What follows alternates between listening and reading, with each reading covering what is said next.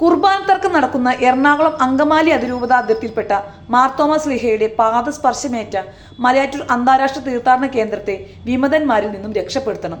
വിമതപക്ഷത്തിന്റെ നിയന്ത്രണത്തിലാണ് ഇപ്പോൾ മലയാറ്റൂർ പള്ളി.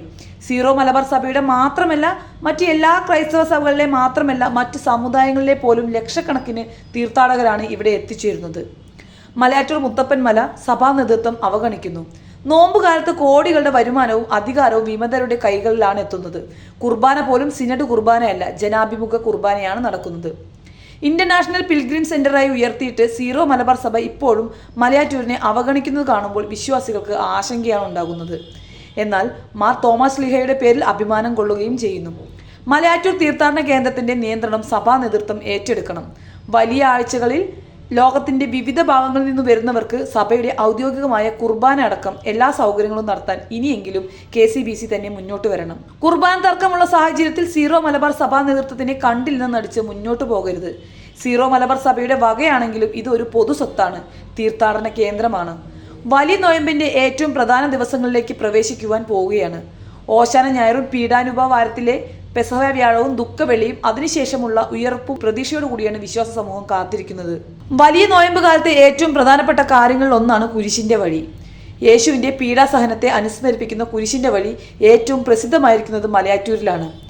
കേരളത്തിലെ അന്താരാഷ്ട്ര പ്രാധാന്യം നേടിയ തീർത്ഥാടന കേന്ദ്രങ്ങളിൽ ഒന്നാണ് മലയാറ്റൂർ പള്ളി. യേശുവിന്റെ പ്രേക്ഷിത പ്രവർത്തനത്തിന് വന്ന ഭാരതത്തിന്റെ അപ്പസ്തോലൻ എന്നറിയപ്പെടുന്ന തോമസ് ലീഹയാണ് മലയാറ്റൂർ പള്ളി സ്ഥാപിച്ചതെന്നാണ് വിശ്വാസം. യേശുവിന്റെ മരണത്തിനും ഉദ്ധാനത്തിനും ശേഷം സുവിശേഷ പ്രഘോഷണത്തിനായി ശിഷ്യന്മാർ ലോകമെങ്ങും പോയപ്പോൾ തോമസ് ലീഹ വന്നത് ഭാരതത്തിലേക്കായിരുന്നു.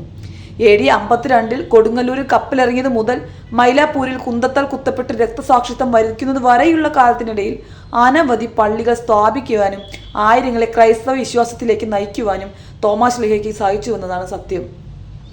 കേരളത്തിൽ തോമസ് ലീഹ 7 പള്ളികളാണ് സ്ഥാപിച്ചത്.